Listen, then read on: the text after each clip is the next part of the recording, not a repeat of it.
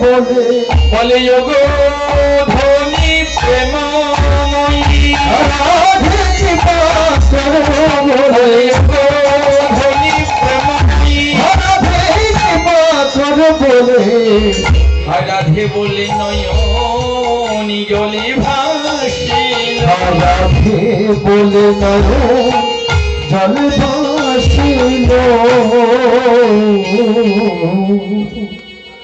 দেখবেন আমরা এই রাধারানীর নাম উচ্চারণ করার সঙ্গে সঙ্গে একটা কথা ওর সঙ্গে যোগ করি, রাই ধনী, তাই না? রাই ধনী বলি না, রাধারানী ধনী, তবে জগতে আমাদের মতো ধনী নয়। আমরা home minister, chief minister, prime minister হতেই পারি। আমি পৃথিবীর সর্বোচ্চ ধনী জনের মধ্যে একজন হতে পারি। যে পৃথিবীতে যত ধনী মানুষ আছে আমি সেই ধনী মানুষের সারির প্রথম সারির একজন, এটা হতে পারি। কিন্তু আমার রাধারানী সেই ধনী নন। যার ধনে তুমি ধনী, যার ধনে জগতের শ্রেষ্ঠ ধনী তুমি ধনী হয়েছ, সে যে আমার এই গোবিন্দ ধন, যার উপরে ধনী আর কেউ নাই। সেই ধনের যিনি অধিকারী, সেই ধনের অধিকারী হলেন আমার বৃন্দাবনেশ্বরী রাধা।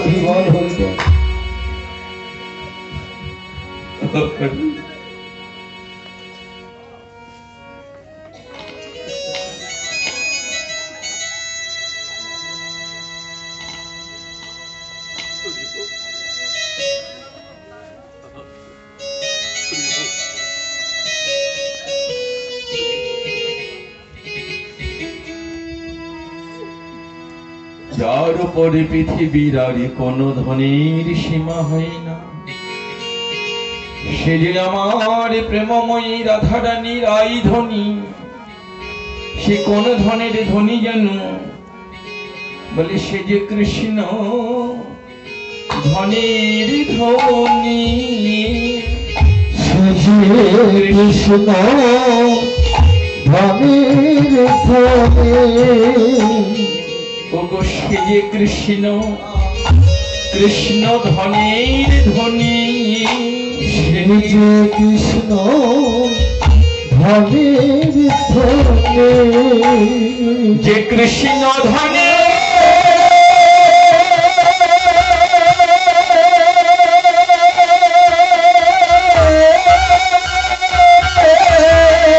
জগতের সবাই ধনী। আহা সে যে কৃষ্ণ ধনের ধনী। যে কৃষ্ণ ধনে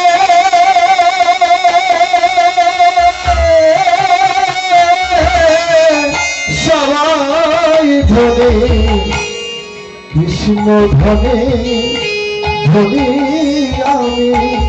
হরি, যে ভগবানের ধনে আমরা জগতের সবাই ধনী, সেখানে ভগবান ধনের ধনী আমার রাধারানী। যদি প্রেম ধন, ভগবত ধন, কৃষ্ণ ধন লাভ করতে হয়, তবে রাধারানীর কৃপা। এই বৃন্দাবনে গেলে একটা অলৌকিক জিনিস দেখব।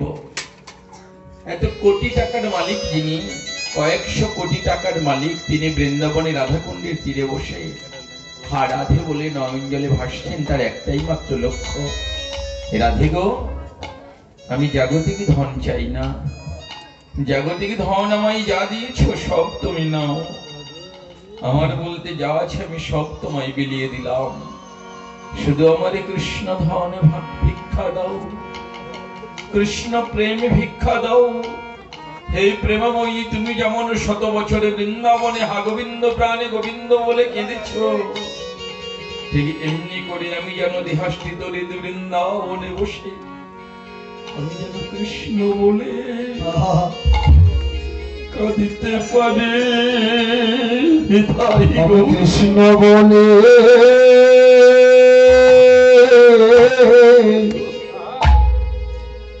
বলে কাঁদিতে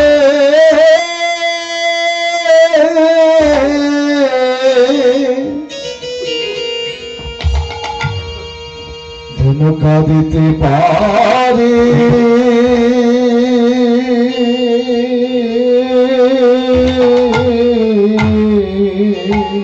আমি যেন কৃষ্ণ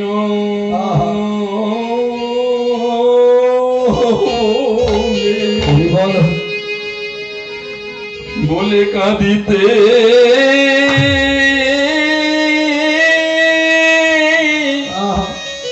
পারি। আমি যেন কৃষ্ণ বলে যেন কাঁদিতে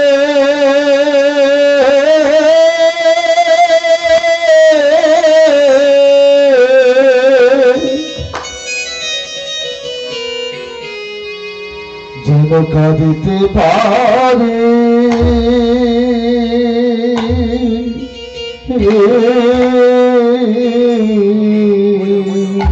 দুটি নয়ন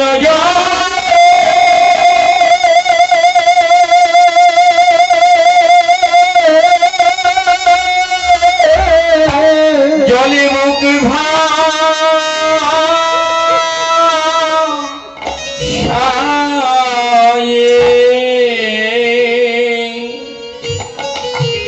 আমি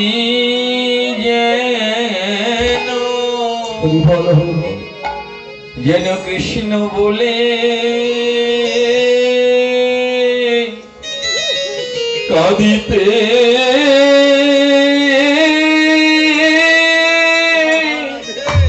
পারি। দুটি নয়ন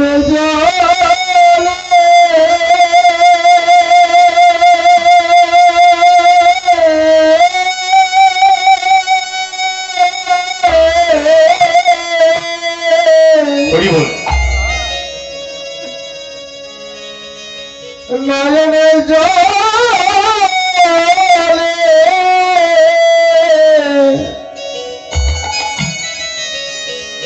ভোগ ভোগে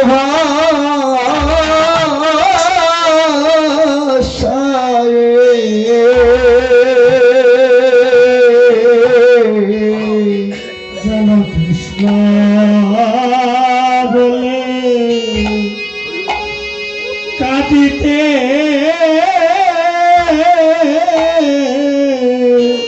কাঁদিতে পারি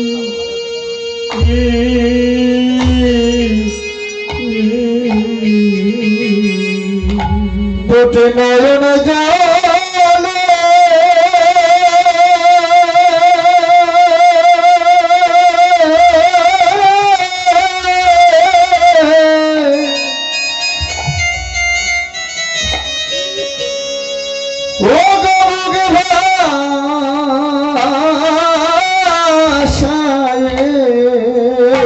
গোবিন্দ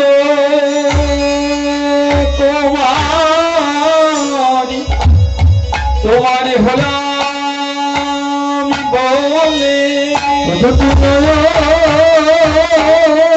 জলে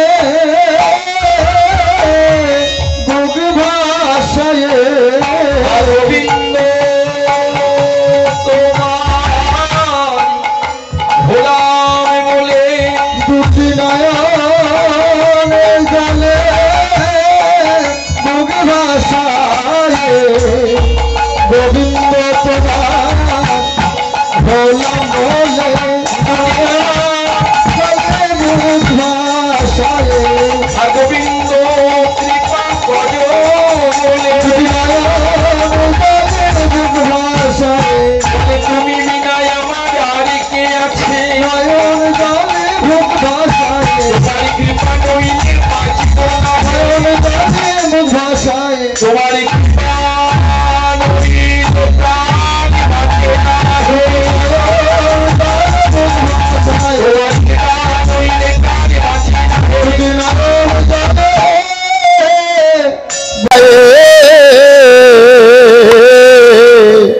আমি যেন কৃষ্ণ বলে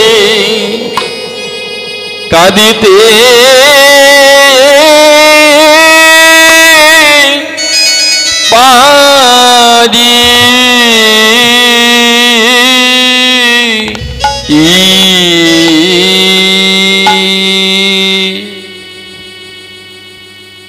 তাহলে জীবনের সার চিন্তা করেছেন?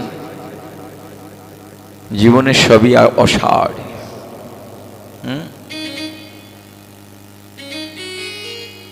আমরা সন্তান সন্ততি মারা গেলে, পিতামাতা মারা গেলে, স্বামী মারা গেলে, আত্মীয় পরিজন, গ্রাম প্রতিবেশী, ভালোবাসার মানুষ মারা গেলে তার জন্য কাঁদি। তবে সেটা কিছু সময়, সারা জীবন কেউ কারোর জন্য কাঁদে না। এই কান্নাগুলো হলো মায়ার কান্না, মায়ার জগতের কান্না। বৈষ্ণব মহাজন বলছিল, গো মায়ার মোহে কিছু সময়ের জন্য তুমি কাঁদো। পুত্রকন্যা মারা গেলে তোমরা ঘটি ঘটি কাঁদো, বাবা মা মারা গেলে বাটি বাটি কাঁদো, কিন্তু আমার ভগবানকে ভালোবেসে কোনোদিন দুফোঁটা চোখের জল তাকে নিবেদন করে দেখেছ? ভগবানকে ভালোবেসে কান্না আর জাগতিক মায়ার মোহের কান্না, এই দুই কান্না এক কান্না নয়। মায়ার মোহে যে কান্না, সে কান্নার পরিসমাপ্তি আছে, কিন্তু ভগবত প্রেমের যে চোখের জল, যে কান্না, তার কোনো পরিসমাপ্তি নাই।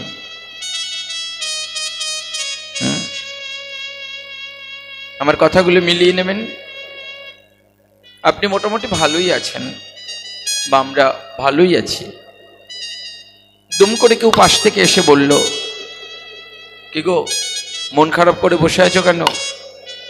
কি আর করবে বলো, ও ছেলে তো তোমার ছিল না,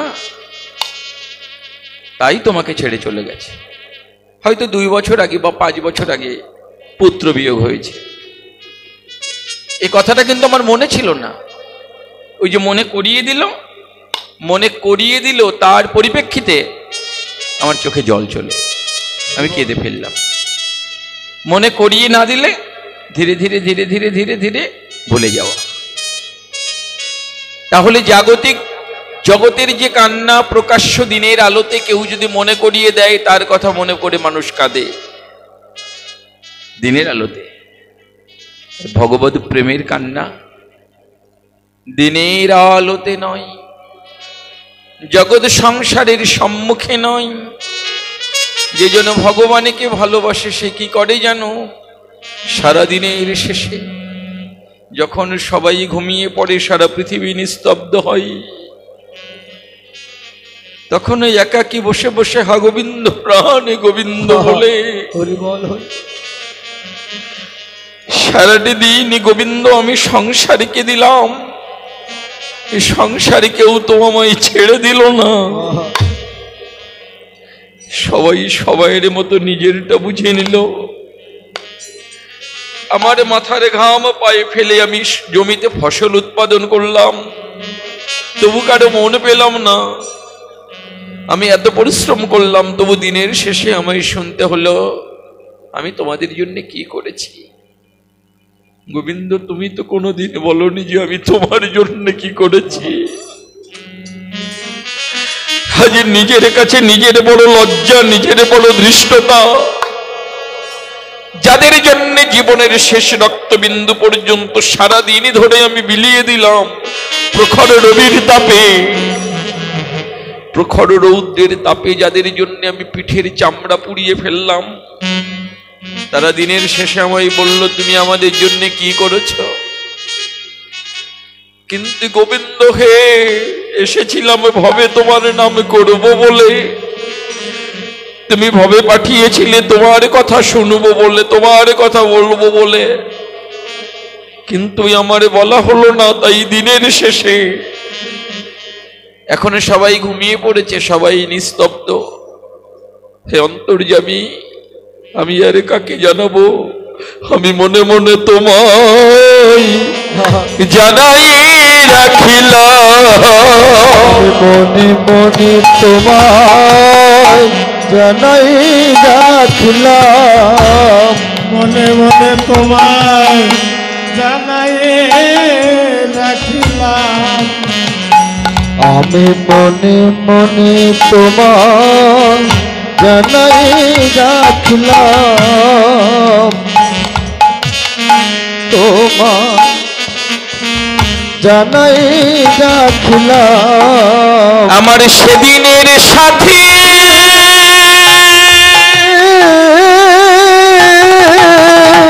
কেউ হবে না, তাই মনে মনে তোমায় জানাই রাখলাম। আমার সেদিনের সাথী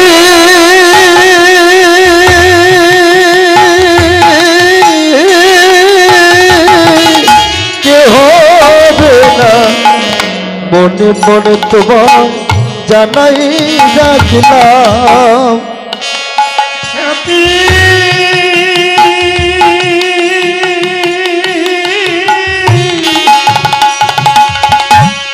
কেউ হবে না,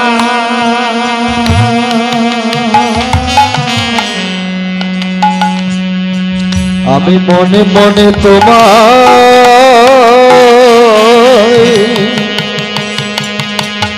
জানাই রাখলাম। বলি সেদিনই তুমি আমার সাথী হইও, সেদিনই তুমি আমার সাথী হইও, সেদিনই তুমি আমার সঙ্গী হইও। প্রভু গো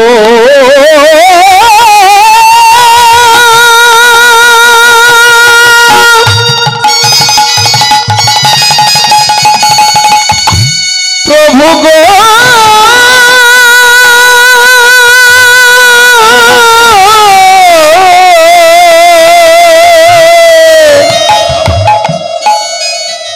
প্রভু গো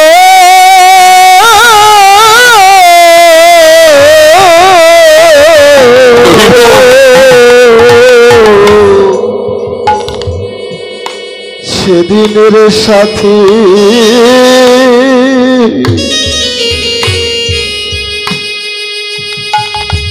প্রভু তুমি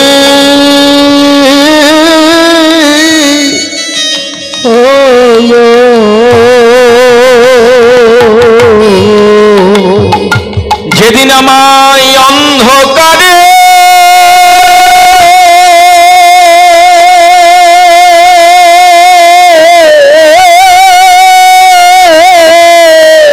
রেখে সবাই চলে যাবে, দয়াল হরি তুমি আমার, সেদিনই তুমি আমার সঙ্গী হইও। সেদিন অন্ধকারে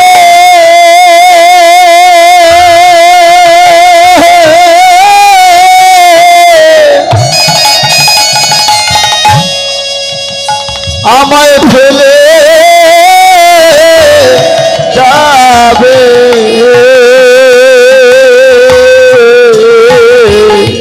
যেদিন আমার আপনে বলতে আর কেউ রবে না, সেদিন অন্ধকারে ফেলে যাবে, যেদিন আমার আপনে বলতে আর কেউ রবে না, অন্ধকারে আমায় ফেলে যাবে, সেদিনই তুমি আমার সঙ্গী হইও। তুমি তুমি আমার সঙ্গী হইও। ও এটা জীবনের চরম শাশ্বত চিরন্তন সত্য। শ্মশান ভূমিতে তো এই ভূমিটার একটি মহিমা আছে, দেখবেন। হরি বল, হরে কৃষ্ণ বাবা।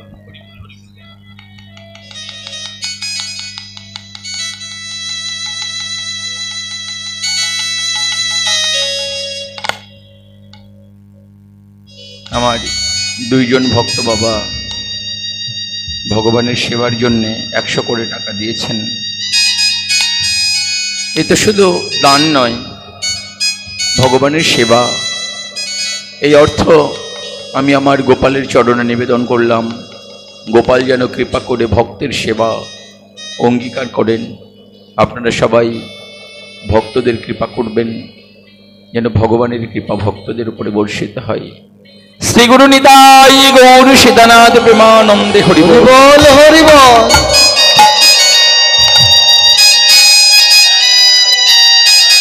হরি বল।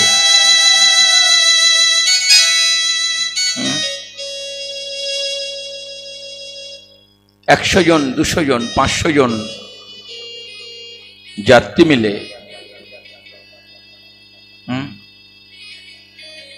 একটি শবদেহকে শ্মশান ভূমিতে গঙ্গার ঘাটে দাহ করতে নিয়ে আসেন না।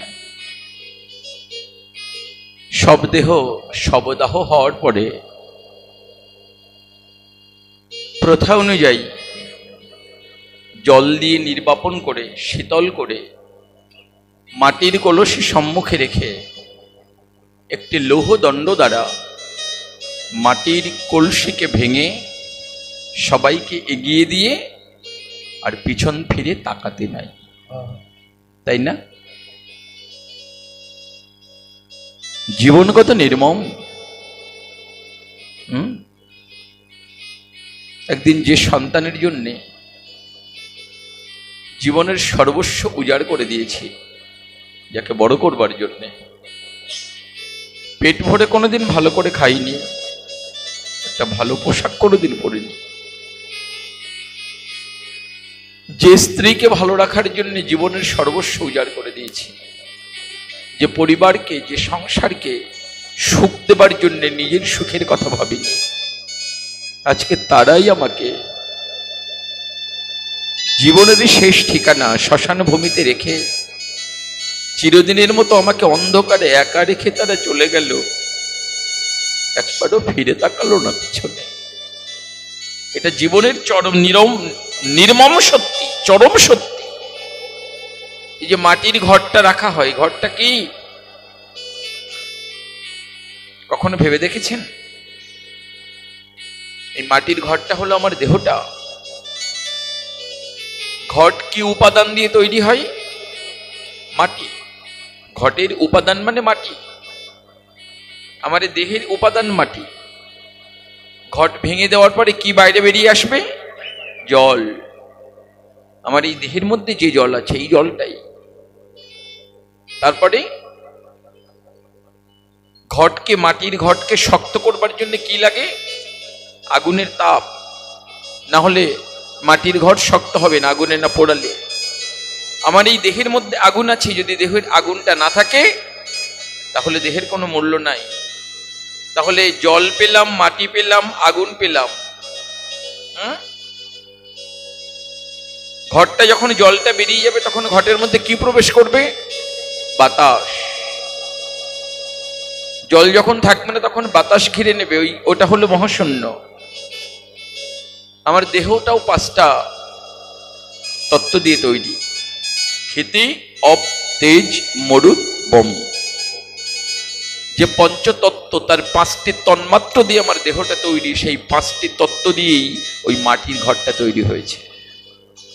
হরি বল হরি বল। কখনো বিচার করে দেখেছেন? মাটির ঘরটা ভেঙে দিয়ে বুঝিয়ে দেওয়া হলো যে 5টা তত্ত্ব দিয়ে তোমার দেহটা গঠন হয়েছিল, সেই 5টা তত্ত্বেই তোমাকে রেখে গেলাম। তোমার দেহের মাটি মাটিতে থাক, তোমার দেহের জল পৃথিবীর জলে মিশে যাক, তোমার দেহের আগুন পৃথিবীর আগুনে মিশে যাক, তোমার দেহের বাতাস পৃথিবীর বাতাসে মিশে যাক, তোমার দেহের মহাশূন্যতা পৃথিবীর মহাশূন্যতায় মিশে যাক। তাই না? সবাই যখন আমাকে পিছনে রেখে এগিয়ে গেল, কেউ আর পিছনে তাকাবে না। আমার পিছনে কে থাকবে? আহারি, ওই মহাসিন্ধুর পার হতে কি সঙ্গীত ভেসে আসে। ওই মহাসিন্ধুর পার থেকে কি সঙ্গীত ভেসে আসে। ওরে আয়, আয় ছুটে আয় আমার কাছে, আমার কাছে চলে আয়, আমি তো আছি। কত সুন্দর এই জগৎ, কত সুন্দর করে জগৎ গড়া। যেদিন আমাকে রেখে সবাই চলে যাবে সেদিন আমি কাউকে পাবো না। কাকে পাবো? মহাজন বললেন, ওই মহাসমুদ্রের মহাসিন্ধুর ওপারে তোমার জন্য একজন দাঁড়িয়ে আছে। এটা কোন সিন্ধু? তোমার জীবন সমুদ্রের পারে। তিনি হাত বাড়িয়ে ডাকছেন, ওরে আয়, ছুটে আয় আমার কাছে, আমার কাছে আয়, আমি তো রয়েছি। সবাই অন্ধকারে যখন তোমায় ছেড়ে চলে যাব, ঘরে আপনাকে দিই, সবাই আমরা যখন চলে যাব, যেদিন আমাদের কেউ থাকবে না, সেদিন একজন থাকবে জীবন সমুদ্রের তীরে দাঁড়িয়ে, তিনি আমার ভগবান। ওই জন্য ভগবানকে বলা হয় নিদানের বন্ধু, শেষের বন্ধু। আরে একবারে হরি বলো মনে রসনা, মানব দেহের গৌরব করোনা।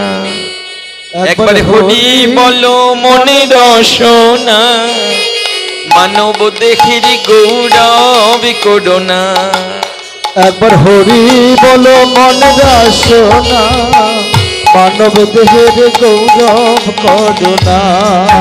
একবার হরি বলো মনে রসনা, মানব দেহের গৌরব করোনা।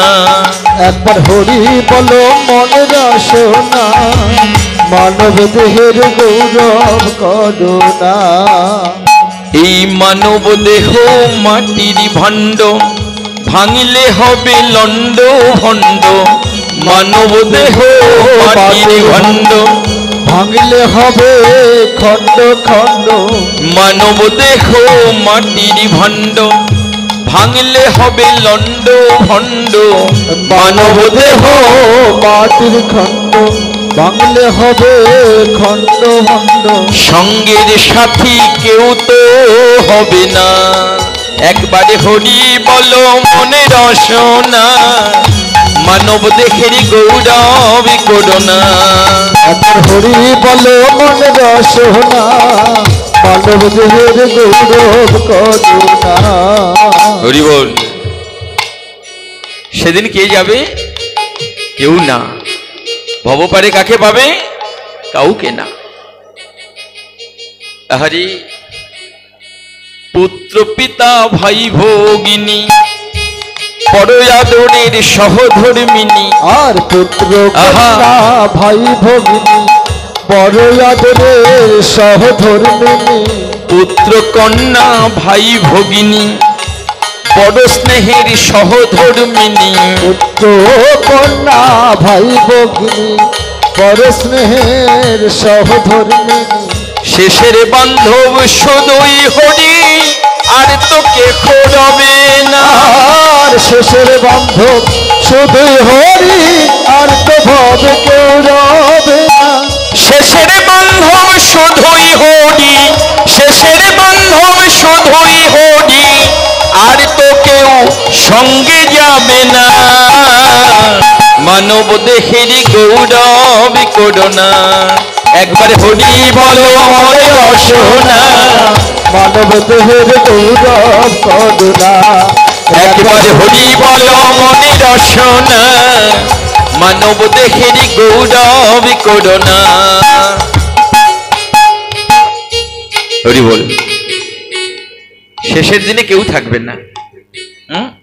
হরি বল, হরি বল মা।